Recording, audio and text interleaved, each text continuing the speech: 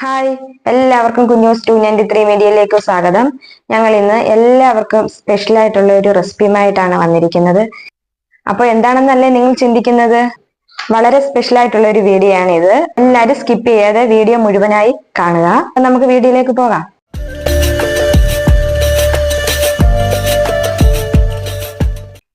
അപ്പോൾ ഇതിന് ഞാൻ ആവശ്യത്തിന് സാധനങ്ങൾ എടുത്തേക്കുന്നത് എന്തൊക്കെയാണെന്ന് നോക്കാം. ഞാനൊരു 1/2 കിലോ ഗോതമ്പ് പൊടി എടുത്തിട്ടുണ്ട്. പിന്നെ ആവശ്യത്തിന് പഴം, ശർക്കര, തേങ്ങ, ഉണക്കമുന്തിരിങ്ങ, ജീരകം, ഏലക്ക, കാഷ്യൂനട്ട്. ഈ അരമുറി തേങ്ങ കുറച്ച് ഞാൻ ചീകി ഇടാൻ വേണ്ടി കുറച്ചെടുത്ത് വെച്ചിട്ടുണ്ട്. അതിനുശേഷം നമുക്ക് ഇതിലേക്ക് ആവശ്യത്തിനുള്ള ശർക്കര അരിഞ്ഞെടുക്കാം. ആവശ്യത്തിന് ശർക്കര ചീകി എടുക്കുകയാണ്. ഞാൻ വെള്ള ശർക്കരയാണ് എടുത്തേക്കുന്നത്.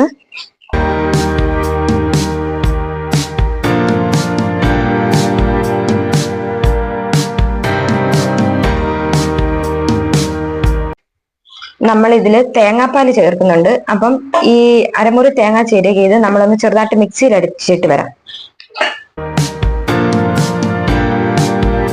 തേങ്ങ നല്ലതുപോലെ അടിച്ചെടുത്തിട്ടുണ്ട്. ഇത് പിഴിഞ്ഞ് ഇതിന്റെ പാലെടുക്കണം നമുക്കിനി. ചെറുതായിട്ട് ചീകി വെച്ചിരിക്കുന്ന ഈ തേങ്ങാക്കൊത്തൊന്ന് വറുത്തെടുക്കാം നമുക്ക്.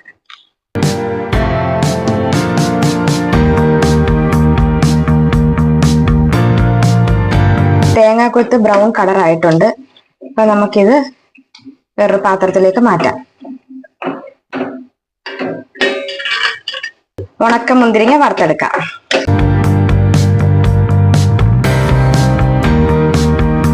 ഈ ഏലക്ക നമുക്ക് വറുത്തെടുക്കാം. ജീരകം ഒന്ന് ചെറുതായിട്ട് ചൂടാക്കാം.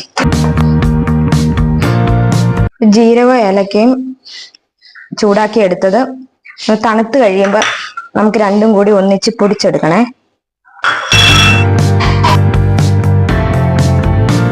ഈ എടുത്തിരിക്കുന്ന പഴം ഒന്ന് അരിഞ്ഞെടുക്കാം.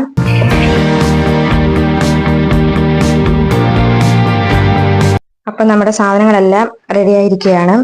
ഇനി നമുക്ക് മാവ് കുഴയ്ക്കാം. ആദ്യം നമുക്ക് ഇതിലേക്ക് അരിഞ്ഞു വെച്ചിരിക്കുന്ന ശർക്കര ഇടാം.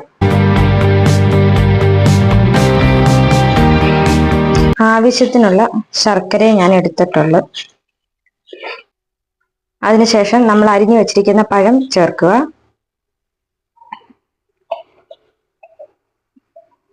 മൂന്നും കൂടി നമുക്ക് നല്ലതുപോലെ ഒന്ന് മിക്സ് ചെയ്യാം. ഈ ശർക്കരയും പഴവും കൂടി നല്ലതുപോലെ മിക്സ് ചെയ്യണേ. നല്ലതുപോലെ മിക്സ് ആയിട്ടുണ്ട്. അതിലേക്ക് നമ്മൾ എടുത്തു വെച്ചിരിക്കുന്ന തേങ്ങാപ്പാൽ ഒഴിച്ച് ഇളക്കാം.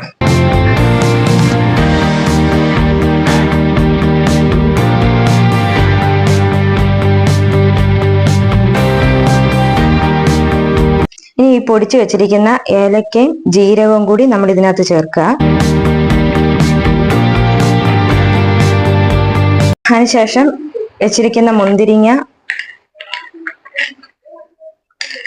കാഷ്യൂനട്ട്, തേങ്ങാക്കൊത്ത് അതും കൂടി മിക്സ് ചെയ്യണം. ഇതിന്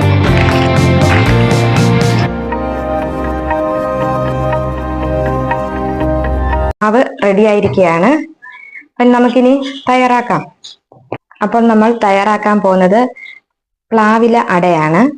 അപ്പൊ നമുക്ക് പ്ലാവിലയില് കുമ്പിള് കുത്തി മാവ് അതിലേക്ക് ആക്കി വെക്കാം. കുറച്ച് പ്ലാവില ഞാൻ എടുത്തിട്ടുണ്ട്. എല്ലാം ഒന്ന് കഴുകി വൃത്തിയാക്കി വെച്ചിരിക്കുകയാണ്. അപ്പോൾ നമുക്കിത് ഓരോന്നും കുമ്പിള് കുത്തണം. കുമ്പിള് കുത്താൻ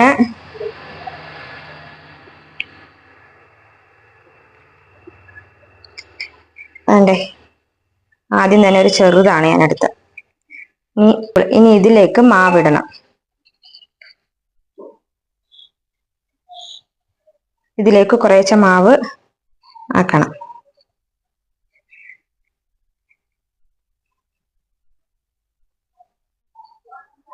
കുറേശ്ശെ മാവ് വെക്കുക.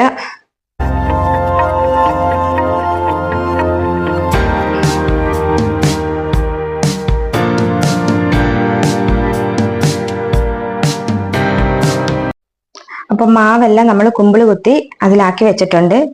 ഇനി ഇത് നമ്മൾ ഇഡ്ഡലിക്കുട്ട അടപ്പേ വെച്ച് ആവി കയറ്റി വേവിച്ചെടുക്കാം. തട്ടടുപ്പ് വെച്ചിട്ടുണ്ട്. ഇനി അതിലേക്ക് ഓരോന്ന് പറക്കി വെക്കാം.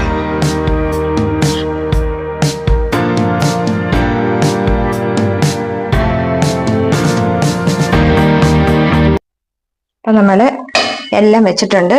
ഇനി ഇത് അടച്ചു വെക്കാം.